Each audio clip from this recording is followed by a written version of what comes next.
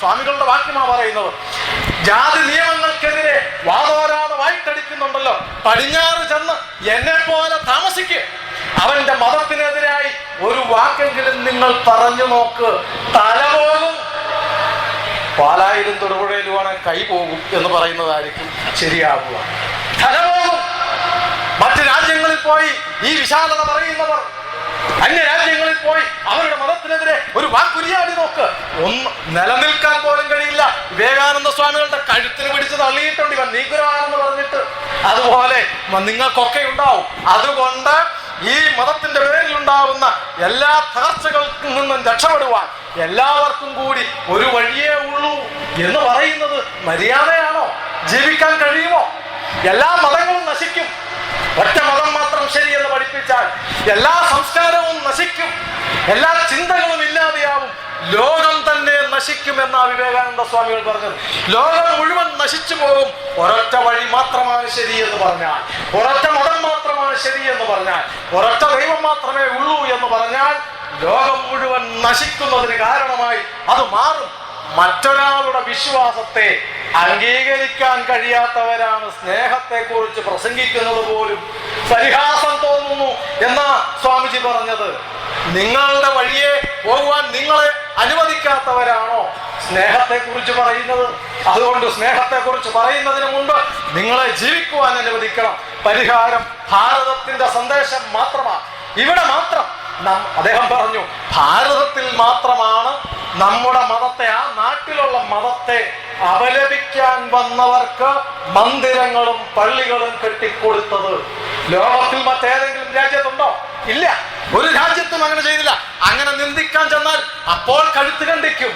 ഭാരതത്തിൽ മാത്രമാണ് നമ്മളെ നിന്ദിക്കാൻ, ഈ നാടിനെ നിന്ദിക്കാൻ വന്നവർക്ക് ആരാധനാലയങ്ങൾ കെട്ടിക്കൊടുത്തത്. എല്ലാ മതങ്ങളും അംഗീകരിക്കപ്പെടുമ്പോൾ ഞാൻ മുമ്പേ പറഞ്ഞതുപോലെ എല്ലാ മതവും ശരിയാണ്, എല്ലാ മതങ്ങളും വേണം എന്നല്ല, എല്ലാ മതവും ശരിയാണ് എന്ന് അംഗീകരിക്കുമ്പോഴേ ലോക സമാധാനം ഉണ്ടാകൂ. ആ ലോക സമാധാനത്തിന്റെ സന്ദേശം ആകാശപതിതം തോയം ഉപാഗച്ഛതി സാഗരം സർവദേവ നമസ്കാരം കേശവം പ്രതിഗച്ഛതി എന്ന് പറയുന്നത് പോലെ, ഭഗവത്ഗീതയുടെ സന്ദേശം പോലെ ആരാരേതീശ്വരനെ ആരാധിക്കുന്നുവോ അതാതീശ്വരനിലൂടെ നിങ്ങൾക്ക് മോക്ഷമടയാം എന്ന് പറഞ്ഞ ആ മന്ത്രമുണ്ടല്ലോ, യോ യോ യാം യാം തനും ഭക്ത ശ്രദ്ധയാർച്ചിതുമിച്ഛതി തസ്യ തസ്യാചലാം ശ്രദ്ധ താമേവ വിധതാമ്യഹം. ഭഗവത്ഗീതയുടെ സന്ദേശമാണ്. നിങ്ങൾക്ക് ഏത് മതത്തിൽ വിശ്വസിക്കാം, ഏത് ഈശ്വരനെയും ആരാധിക്കാം, അതിലൂടെ മാത്രമേ ലോക സമാധാനം ഉണ്ടാകൂ എന്ന് പറഞ്ഞില്ലേ അദ്ദേഹം. നമ്മുടെ ഈ ദർശനത്തിൽ, ഈ ന്യായ ദർശനത്തിൽ ഒന്നുണ്ടല്ലോ, സ്വരശ്രുതി ന്യായം എന്ന് ചിലരെങ്കിലും കേട്ടിട്ടുണ്ടാവും. എന്താ? സപ്തസ്വരങ്ങളെന്ന് കേട്ടിട്ടുണ്ടല്ലോ. സപ്തസ്വരം, ആ സപ്തസ്വരം ആരുടെ ശബ്ദങ്ങളാ? ദേവസഭാതലം രാഗിലമാക്കുക എന്നൊക്കെ പറഞ്ഞൊരു പാട്ടുണ്ടല്ലോ, സിനിമാ പാട്ട്. അതിനകത്ത് ഈ വാക്കുകൾ പറയുന്നുണ്ട്. ഷഡ്ജം, വൃഷഭം, ഗാന്ധാരം, മധ്യമം, ഇങ്ങനെ കുറെ പേരുകളുണ്ട്. എന്താ ഇത്? ആരാണ്? ആരുടെ ശബ്ദം? സരിഗമ പദനി എന്നുള്ള 7 സ്വരം കേൾക്കാൻ സുന്ദരമുള്ള ജീവികളുടെ ശബ്ദമൊന്നും അല്ല, കാളയുടെ ശബ്ദം. കാള അമറിയ എങ്ങനെ ഉണ്ടാവും? നല്ല സുന്ദരമാണോ കേൾക്കാൻ? ആന ഗർജിച്ചാൽ കേൾക്കാൻ വല്ല സംഗീതവും ഉണ്ടോ അതിനകത്ത്? ഒന്നുമില്ല. കുതിരയുടെ ശബ്ദം, വല്ല സംഗീതവും ഉണ്ടോ അതിനകത്ത്? പക്ഷേ മയില്, പശു, ആട് കരയുന്നത് സംഗീതമായിട്ട് നമുക്ക് ആർക്കെങ്കിലും തോന്നിയിട്ടുണ്ട്? ആട്, ചക്രവാക പക്ഷി അഥവാ ക്രൗഞ്ച പക്ഷി, കുയിൽ, കുതിര, ആന, ഈ മൃഗങ്ങളുടെയും പക്ഷികളുടെയും ശബ്ദങ്ങളാണ് സപ്തസ്വരം. ആ 7 ശബ്ദങ്ങളും പക്ഷേ ഒന്നിക്കുമ്പോൾ അതിലൊരു അനിർവചനീയമായ സംഗീതം ഉണ്ടാവും, അതിൽ ആനന്ദകരമായ ശബ്ദം ഉണ്ടാവുന്നു, ശ്രവണ മധുരമായ സംഗീതം പൊഴിക്കുന്നു. അതാണ് അനേകം ശബ്ദങ്ങൾ അപരിഷ്കൃതമായിരിക്കാം, അഭംഗിയുള്ളതായിരിക്കാം, ശബ്ദമധുരമില്ലാത്തതായിരിക്കാം, പക്ഷെ ഇതെല്ലാം ചേരുമ്പോഴാണ് നല്ല സംഗീതം ഉണ്ടാകുന്നത് എന്നതാണ് സ്വരശ്രുതി ന്യായം എന്ന് പറയുന്നത്.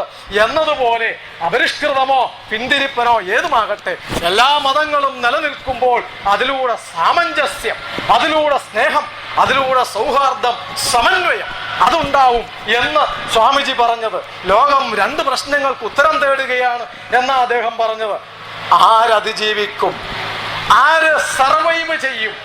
സർവൈവൽ ഓഫ് ദ ഫിറ്റസ്റ്റ് എന്ന് കേട്ടിട്ടില്ലേ? ഫിറ്റ് ആവുന്നവരൊക്കെ നിലനിൽക്കുമെന്ന്. ഇപ്പൊ കേരളത്തിൽ മിക്കവാറും പേര് അതുകൊണ്ട് നിലനിൽക്കും. കാരണം അവരൊക്കെ ഫിറ്റ് ആവുന്നവരാണ്. വൈകുന്നേരമായ നമ്മൾ ഫിറ്റ് ആവുന്നത് കൊണ്ട് 1ാം സ്ഥാനം കേരളത്തിലാണ്. അങ്ങനെയുള്ളവരൊക്കെ നിലനിൽക്കൂ എന്നാണ് പാശ്ചാത്യ വീക്ഷണം പറയുന്നത്. Survival of the fittest. Swamiji ചോദിക്കുന്നത് ഏത് കരുത്തുകൊണ്ട്? മസിൽ പവർ കൊണ്ടാ? ആരോഗ്യം കൂടുതലുള്ളവൻ അതിജീവിക്കുമെന്നാണോ? പണം കൂടുതലുള്ളവൻ അതിജീവിക്കുമെന്നാണോ? അല്ല. പിന്നെയോ ആരാണ്? ഭാരതം ഒരു പക്ഷത്തുണ്ട്. ഈ 2 തർക്കത്തിൽ ഒരു ഭാഗത്ത് ദ്വേഷം, മറുവശത്ത് സ്നേഹം.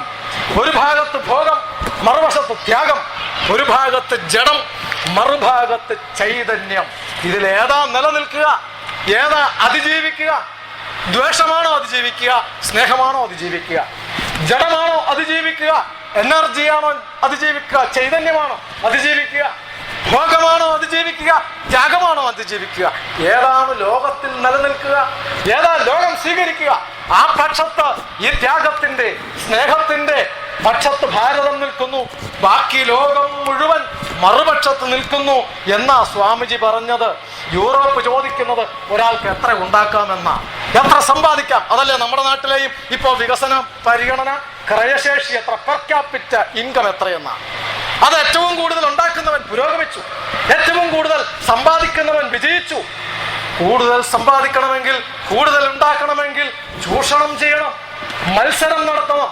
മത്സരിക്കുമ്പോൾ കുറെ പേരെ തോൽപ്പിച്ചാലേ എനിക്ക് ജയിക്കാൻ പറ്റൂ, നിങ്ങളെ കുറെ പേരെ പറ്റിച്ചാലേ എനിക്ക് സമ്പാദിക്കാൻ പറ്റൂ.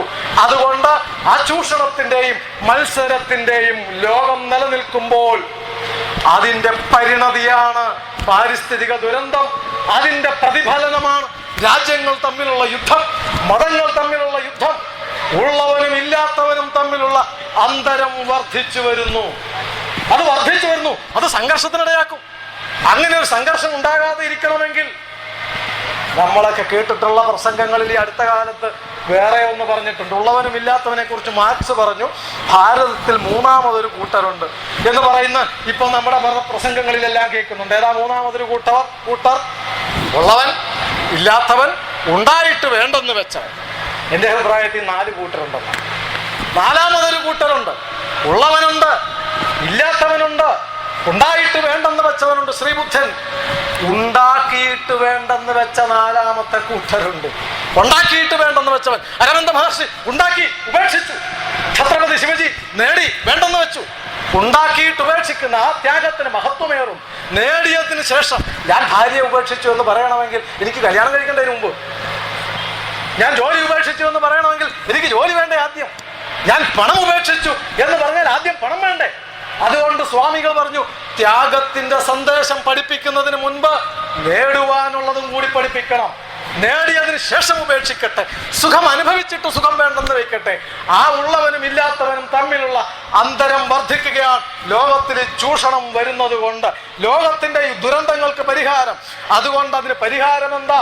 അദ്ദേഹം പറയുന്ന ഒരേ ഒരു പരിഹാരം, ഭാരതത്തിനെ നാം തയ്യാറാക്കണം. പരിഹാരം സ്നേഹം കൊണ്ടേ അതിജീവിക്കുവാൻ കഴിയൂ, ത്യാഗം കൊണ്ടേ അതിജീവിക്കുവാൻ കഴിയൂ, ആത്മീയത കൊണ്ട് അത് നേടുവാൻ കഴിയണമെങ്കിൽ ആത്മീയത, വേദാന്തം, അത് മാത്രമാണ് അടിസ്ഥാനം. സ്വാമി പറഞ്ഞത് അതാണ്. ആ വേദാന്തം കൊണ്ട് മാത്രമേ ലോകത്തിന് ഈ ശിഥിലീകരണങ്ങളെ, ഈ നാശങ്ങളെ അതിജീവിക്കുവാൻ കഴിയൂ. അതുകൊണ്ട് ഞാൻ പറയാൻ ആഗ്രഹിച്ചത്, ഇത്രയും നേരം പറയാൻ ശ്രമിച്ചത്, നാം എപ്പോഴും ചെറിയ ചെറിയ കാര്യങ്ങളിൽ മാത്രം നിർമ്മിച്ചാൽ പോരാ. കൊച്ചു കൊച്ചു കാര്യങ്ങൾ വേണം, പക്ഷെ അത് പോരാ. നമ്മളെപ്പോഴും ചർച്ച ചെയ്യുന്നു. എന്തൊക്കെ ചർച്ച ചെയ്യുന്നത്? വെള്ളം കൈ കഴുകുവാൻ ഇടത് കൈ കൊണ്ടെടുക്കണോ വലത് കൈ കൊണ്ടെടുക്കണോ? കുറി തൊടേണ്ടത് ഏത് വിരൽ കൊണ്ടാണ്? അമ്പലത്തിന് എത്ര പ്രദക്ഷിണം വെച്ചാലാണ് ഗണപതി പ്രസാദിക്കുക? ഊണ് കഴിഞ്ഞാൽ ഇല അങ്ങോട്ട് മടക്കണോ ഇങ്ങോട്ട് മടക്കണോ? ഇതൊക്കെയാണ് നമ്മുടെ ചർച്ച. അമ്പലത്തിൽ ആനയാകാവോ? വേണമെങ്കിൽ എത്രയാകാം? ഇതൊക്കെ ചർച്ച ചെയ്ത് ഭാരതം ആയുസ് കളയണോ? വേണം. അറിവില്ലാത്തവന്റെ മുമ്പിൽ അത് പറഞ്ഞു തുടങ്ങണം. ഏറ്റവും ആദ്യം അതാ തുടങ്ങേണ്ടത്. പക്ഷേ മരണം വരെ അത് തന്നെ പറയണോ? നൂറ്റാണ്ടുകളായി, സഹസ്രാബ്ദങ്ങളായി നിലനിന്നു പോരുന്ന ഒരു മഹാ സംസ്കാരത്തിന്റെ ഉടമകൾ ഇത് തന്നെ പറഞ്ഞുകൊണ്ട് ഈ ആചാരങ്ങളിലും മാത്രം കെട്ടുപണഞ്ഞ് കിടന്നാൽ മതിയോ? അതിനപ്പുറം നമുക്കൊരു ദൗത്യമില്ലേ? ആ ദൗത്യം ഏറ്റെടുത്ത് ലോകത്തിന് വിതരണം ചെയ്യണം. അതിനു മുമ്പ് നാം സ്വയം തയ്യാറാവണം. ഏതാണ് ദൗത്യം? ഭാരതത്തിന്റെ മഹത്തായ ഈ അറിവ് ലോകത്തിന് നൽകണം. അതാണ് വേദാന്തം. ലോകത്തിന്റെ മുഴുവൻ പ്രശ്നങ്ങൾക്കുമുള്ള ഒരേ ഒരു പരിഹാരം ലോകത്തിനെ വേദാന്തം പഠിപ്പിക്കുക എന്ന. വേദാന്തം പഠിപ്പിക്കുക എന്ന് പറഞ്ഞാൽ വിഡ്ഢികളാവുക എന്നല്ല. പൂജാമുറിയിലിരുന്ന് കണ്ണടച്ചിരിക്കുന്നതിനല്ല വേദാന്തം എന്ന് പറയുന്നത്. ഒരു നാട്ടുംപുറത്തുകാരൻ, പാലായിൽ നിന്ന് ഒരാൾ പണ്ടൊരു നാട്ടുംപുറത്ത് വളരെ ഉള്ളിലുള്ള ഒരു കർഷകൻ പണ്ട് മകനെ പഠിപ്പിക്കാൻ വിട്ടു. 10ാം ക്ലാസ്സൊക്കെ പണ്ടൊക്കെ നാട്ടിൽ പഠിപ്പിച്ചിരുന്നു. ഇവനേതായാലും നന്നായി പഠിക്കുന്ന കണ്ടപ്പോൾ എൻ്റെ മോൻ ഇനി വാഴയൊക്കെ നട്ട് ജീവിതം കളയണ്ടെന്ന് വിചാരിച്ച് നഗരത്തിൽ കുറേ കാലം മുമ്പാ, ഇപ്പോഴല്ല, അതുകൊണ്ട് നഗരത്തിൽ തിരുവനന്തപുരത്ത് പഠിക്കാൻ അയച്ചു. പഠിക്കാൻ കിട്ടിയ വിഷയം അവൻ ഏതെടുക്കണമെന്നൊന്നും അറിയില്ലല്ലോ. മുമ്പേ ശ്രീ ജയസൂര്യൻ പറഞ്ഞതുപോലെ ഏതെടുക്കണമെന്നൊന്നും പറയാൻ അച്ഛനോട് പറയാനോ മകനോട് പറയാനോ ഒന്നുമില്ല. ആദ്യമായിട്ടാണ് നാട്ടിൽ നിന്ന് ഒരാൾ കോളേജിൽ പോകണം. അവന് കിട്ടിയ വിഷയം വേദാന്തമാണ്. വേദാന്തമാണ് വേദാന്തം. അവനത് ഒറ്റ കൊണ്ടും ഒക്കെ കൊടുത്ത് ഷർട്ടും ഒക്കെ ഇട്ടാ പോയത്. നാട്ടും പുറത്തുകാരൻ, കൃഷിക്കാരൻ്റെ മകൻ, വലിയ കാശൊന്നുമില്ല. അങ്ങനെ കഷ്ടിപിഷ്ടി അങ്ങനെ തിരുവനന്തപുരത്ത് വേദാന്തം പഠിച്ചു. ഒരു 6 മാസം കഴിഞ്ഞു. പഠനം കുറേയൊക്കെ ആയി. 1 വർഷം കഴിഞ്ഞപ്പോൾ ലീവിന് അവധിക്ക് അവൻ നാട്ടിൽ വന്നപ്പോൾ ആകെ ഒരു മാറ്റം. അച്ഛൻ ചോദിച്ചു, എന്ത് പറ്റിയടാ നിനക്ക്? നിർവികാരമായ കണ്ണുകൾ, അയഞ്ഞു തൂങ്ങിയ വസ്ത്രങ്ങൾ, ഛപ്രശ മുടികൾ, മുടി വെട്ടിയിട്ട് മാസങ്ങളായി, എണ്ണ തേച്ചിട്ടും കുളിച്ചിട്ടും ഒത്തിരി കാലമായി എന്ന് തോന്നുന്ന തരത്തിൽ വേഷം മുഷിഞ്ഞ് നാറി, വിദൂരതകളിൽ കണ്ണും നട്ട് നിർവികാരമായി പദം വെച്ച് വീട്ടിലേക്ക് വരുന്നത് കണ്ടപ്പോഴേ അച്ഛന് തോന്നി എന്താ കുഴപ്പമുണ്ടോ. വീട്ടിൽ കയറി വന്ന മോനോട് അച്ഛൻ ചോദിച്ചു, എടാ മോനെ നിനക്കെന്ത് പറ്റി? അവൻ നിർവികാരമായി അച്ഛനെ ഒന്ന് നോക്കി. നീ എന്തോ പഠിക്കുന്നേ? വീണ്ടും പരിഹാസപൂർവം വീണ്ടും ഒന്നുകൂടെ അച്ഛനെ നോക്കി. അച്ഛനെ വേവലാതി അതിന് വട്ടുപിടിച്ചോ. അച്ഛൻ ചോദിച്ചു, എടാ നീ പറ എന്താ പഠിക്കുന്നതെന്നൊന്ന് പറഞ്ഞു തുലയ്ക്ക്. അച്ഛന് മനസ്സിലാവില്ല. എന്തെങ്കിലും ആവട്ടെ, നീ ഒന്ന് പറയും. അച്ഛനില്ല. അച്ഛനില്ല. ചങ്ക് തകർന്നു പോയി അച്ഛൻ. ഒറ്റ മകനേ ഉള്ളൂ. അച്ഛൻ മാത്രമല്ല അടുക്കളയിൽ കഞ്ഞി വെക്കുന്ന അമ്മയുമില്ല. ഇത് കേട്ടുകൊണ്ട് അമ്മ എല്ലാവരും കൊണ്ടുവന്നു. എന്ത് തോന്നിവാസമാണ് പറയുന്നത്? നിന്നെ പഠിപ്പിച്ചു വലുതാക്കി ഇത്ര വലുതാക്കിയ ഞങ്ങളില്ലെന്നാണോ നീ പറയുന്നത്? അപ്പൊ അമ്മയെ നോക്കിയവൻ പറഞ്ഞു, വെറുതെയല്ല, ഈ മരങ്ങളില്ല, ഈ വീടുകളില്ല, ഈ കന്നുകാലിക്കൂട്ടി നിൽക്കുന്ന പശുക്കളില്ല, കന്നുകാലിക്കൂടില്ല, ഒന്നുമില്ല അച്ഛാ, എല്ലാം മായയാണ്. സങ്കടവും ദേഷ്യവും എല്ലാം സഹിക്ക വയ്യാതെ മിറ്റത്ത് കിടന്നിരുന്നൊരു വിറകും തടി എടുത്തവന്റെ തലക്കിട്ടോ ഒറ്റ അടി വെച്ച് കൊടുത്തപ്പോ അയ്യോ അമ്മേ എന്നിവൻ വിളിച്ചു. അപ്പൊ അച്ഛൻ വേദാന്തം പഠിച്ചു കഴിഞ്ഞായിരുന്നു. അച്ഛൻ ചോദിച്ചടാ, ഇല്ലാത്ത അച്ഛൻ ഇല്ലാത്ത മകനിട്ട് ഇല്ലാത്ത മുട്ടവടി കൊണ്ട് ഇല്ലാത്ത തലക്കിട്ടൊന്ന് തല്ലിയാൽ നീ എന്തിനാ കരയുന്നത്? ഇതല്ല വേദാന്തം. വേദാന്തം എന്ന് പറഞ്ഞാൽ മിണ്ടാതിരിക്കലല്ല, കർമ്മം ചെയ്യാതിരിക്കലല്ല, പ്രവർത്തിക്കാതിരിക്കലല്ല. വേദാന്തം എന്ന് പറയുന്നതാണ് കർമ്മത്തെ ഏറ്റവും നല്ല കർമ്മമാക്കി മാറ്റുന്നത്. സ്വാമികൾ പറഞ്ഞു, മുക്കുവനെ വേദാന്തം പഠിപ്പിച്ചാൽ നല്ല മുക്കുവനായി മാറും, വിദ്യാർത്ഥിയെ വേദാന്തം പഠിപ്പിച്ചാൽ നല്ല വിദ്യാർത്ഥിയായി മാറും, ഡോക്ടറെ വേദാന്തം പഠിപ്പിച്ചാൽ നല്ല ഡോക്ടറായിട്ട് മാറും, നല്ല രാഷ്ട്രീയക്കാരനെ വേദാന്തം പഠിപ്പിച്ചാൽ നല്ല ഭരണാധികാരിയായി, നല്ല ജനപ്രതിനിധിയായി മാറും. വേദാന്തം ഓരോരുത്തരെയും പഠിപ്പിക്കുക, എല്ലാവരിലും വേദാന്തം എത്തട്ടെ. ജഡ്ജിയെ വേദാന്തം പഠിപ്പിച്ചാൽ അഴിമതിയില്ലാത്ത ജഡ്ജി ഉണ്ടാവും, മന്ത്രിമാരെ വേദാന്തം പഠിപ്പിച്ചാൽ കക്കാത്ത മന്ത്രിമാരുണ്ടാവും. അങ്ങനെ എല്ലാവരെയും വേദാന്തം പഠിപ്പിച്ചാൽ രാജ്യം നന്നാകും, ലോകം നന്നാകും എന്ന് വിവേകാനന്ദ സ്വാമികൾ പറഞ്ഞു. ആ വേദാന്തം കൂടുതൽ കർമ്മശുദ്ധമാക്കുന്ന, കൂടുതൽ ആന്തരിക ശുദ്ധി വരുത്തുന്ന, പ്രവർത്തനങ്ങളെ കൂടുതൽ ഊർജ്ജസ്വലമാക്കുന്ന ആ വേദാന്തമാണ് ലോകത്തിന്റെ പ്രശ്നങ്ങൾക്ക് പരിഹാരം. 4 തരം ദാനമാണുള്ളതെന്ന് അദ്ദേഹം പറഞ്ഞു. 1 ആത്മജ്ഞാനം ദാനം ചെയ്യുക, 2 ലൗകിക ജീവിതത്തിന് ആവശ്യമായ ജ്ഞാനം നൽകുക, 3 ജീവദാനം, 4 അന്നദാനം, 4മത്തേതാണ് അന്നദാനം. അത് നമ്മൾ വേണ്ടുവോളം നൽകിയിരിക്കുന്നു. നമ്മുടെ വീട്ടിലും നമ്മൾ എത്ര പാവങ്ങളാണെങ്കിലും വിശന്ന് പൊരിഞ്ഞ് അല്പം കഞ്ഞി ഉണ്ടാക്കി വെച്ചാലും മറ്റൊരാൾ വിശന്ന് വന്നാൽ നമ്മൾ അതിന്റെ പകുതി കൊടുക്കും. അതാണ് ഭാരതീയൻ, അതാണ് ഹിന്ദു. അതുകൊണ്ട് അന്നദാനവും മറ്റു ദാനവും അല്ല പ്രധാനം. ആത്മജ്ഞാനം നൽകുക, ലൗകിക ജ്ഞാനവും നൽകുക, ഇത് രണ്ടുമാണ് ഭാരതത്തിന് ആവശ്യം.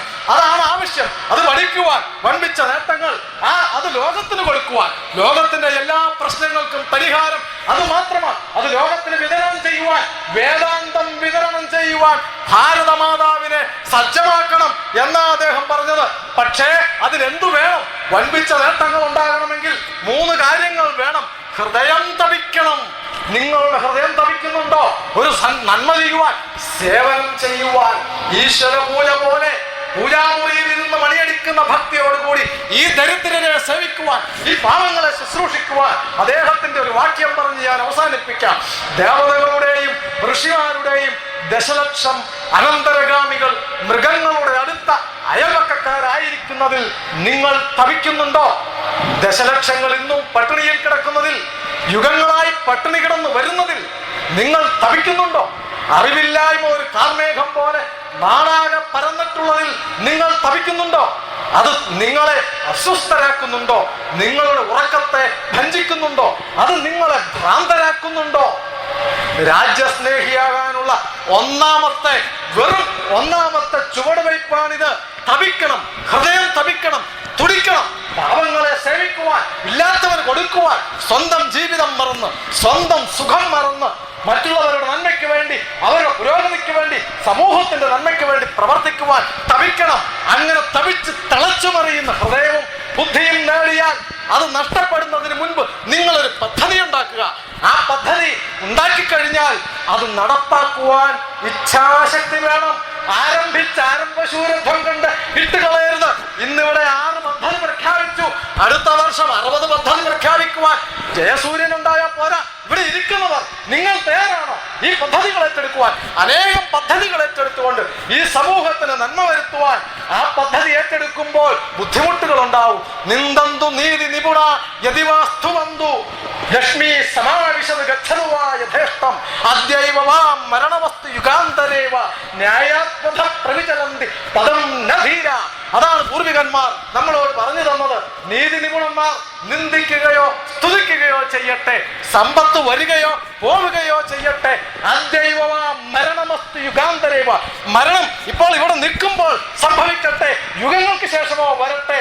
പക്ഷേ കരുത്തുള്ളവൻ, തുടങ്ങി വെച്ചവൻ, ഇച്ഛാശക്തിയുള്ളവൻ കാലുവെച്ചത് തന്റെ മാർഗത്തിലേക്ക്, നന്മയുടെ മാർഗത്തിലേക്ക് വെച്ച കാൽ മാറ്റുന്നതേയില്ല. മരണം പോലും വന്നാലും മാറ്റാതെ ഇച്ഛാശക്തിയോടുകൂടി നടപ്പാക്കുവാൻ, ഈ സേവന സമൂഹത്തെ സൃഷ്ടിക്കുവാൻ, രാജ്യം മുഴുവൻ ഉയർന്നു വരുന്നതും വരെ ലോകത്തിന്റെ മുമ്പിൽ ഈ വേദാന്തത്തിന്റെ മഹത്വം അത് സേവനത്തിലൂടെ ആവിഷ്കരിച്ച് കാണിക്കുവാൻ, ലോകത്ത് സമാധാനം, സ്നേഹം, ത്യാഗം പഠിപ്പിക്കുവാൻ, വേദാന്തത്തിന്റെ ഈ ദർശനം പഠിപ്പിക്കുവാൻ വിവേകാനന്ദ സ്വാമികളുടെ ആ ഗർജനം നമ്മളുടെ സിരകളെ ത്രസിപ്പിക്കട്ടെ, നമ്മുടെ ബുദ്ധിയെ പ്രചോദിപ്പിക്കട്ടെ, നമ്മുടെ കർമ്മത്തിനെ ധീരതയുള്ളതാക്കട്ടെ എന്ന് പ്രാർത്ഥിച്ചുകൊണ്ട് ഞാൻ അവസാനിപ്പിക്കുന്നു. നമസ്കാരം.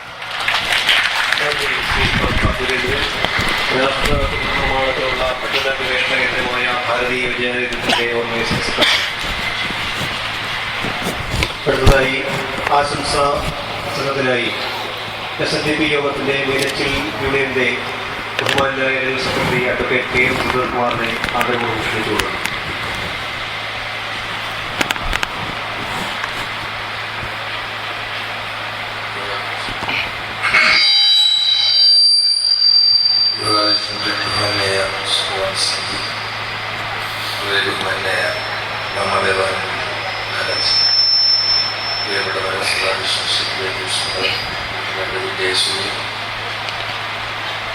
പ്രിയപ്പെട്ട ശ്രീ മനോജ്, പ്രിയപ്പെട്ട ശ്രീ രാജൻ മഹാദേവൻ, ഇപ്പോൾ ഇവിടെ വലിയ ഒരു പ്രഭാഷണം ഞാൻ സ്വദേശത്തും വിദേശത്തും സംഘം നടത്താൻ പോകുന്നില്ല. പക്ഷെ ഞാൻ ഞെട്ടിപ്പോയി. ഒരു വേദനയായിട്ട് ചാടി കസേരയുടെ കുഴപ്പമൊന്നുമില്ലേ? ഇരുന്ന് അങ്ങോട്ട് ആദ്യമായിട്ട് സ്വാമിജിയുടെ ആരോട് സംസാരിക്കുന്ന സംഘാടകല്ലേ മാധവസേവ മാനവസേവ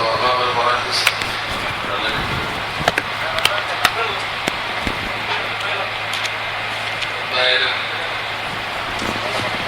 ശ്രീ രാഭാസുരത്തിനുള്ള ആളുകൾ സമൂഹത്തിന് ആവശ്യമാണ്. അദ്ദേഹത്തിന്റെ പ്രസംഗം പണ്ട് കൊയ്ത്തുകാരി പാട്ടുപാടി പോയി അരിവാളുകൾ തീരുമ്പോൾ കൊയ്ത്തുകാരിയുടെ കയ്യിൽ നിന്ന് അറിയാതെ ഒഴിഞ്ഞു പോകാൻ ആ കൊയ്ത്ത് കഴിയുമ്പോൾ തീർക്കുമ്പോൾ ചെറിയ കട്ടെ. ഇപ്പൊ ഈ കൊയ്ത്തുകാരില്ലാത്ത മെഷീൻ വെച്ചാൽ കൊയ്ത്ത് ഒഴിഞ്ഞു പോകും. ശ്രീ കാഭാസുരത്തിൽ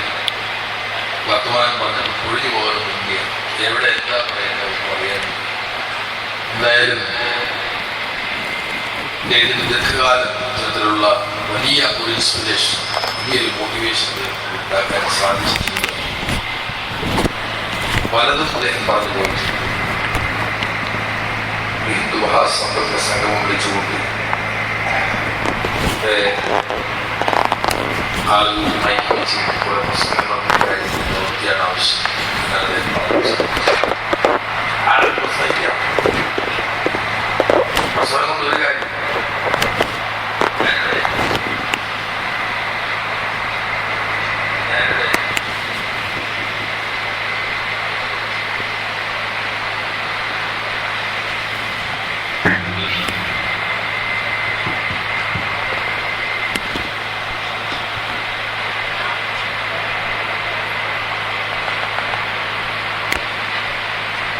പ്രസംഗം പോ ഇവിടെ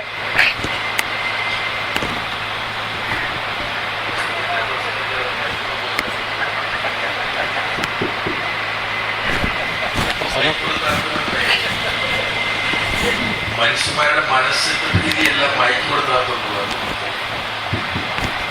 അപ്പോൾ പ്രസംഗത്തിന് എല്ലാ കാര്യങ്ങളും പ്രവർത്തിക്കണം. അങ്ങനെ പ്രവർത്തിക്കാൻ കഴിയുന്ന ഒരു കൂട്ടായ്മ സുബ്രഹ്മണ്യജി മഹാരാജിന്റെ മുഖ്യ രക്ഷകത്വത്തിലുള്ള ഈ പ്രസ്ഥാനം ആസ്ഥാനമായി മാറുന്നു. കഴിഞ്ഞ 4 വർഷമായി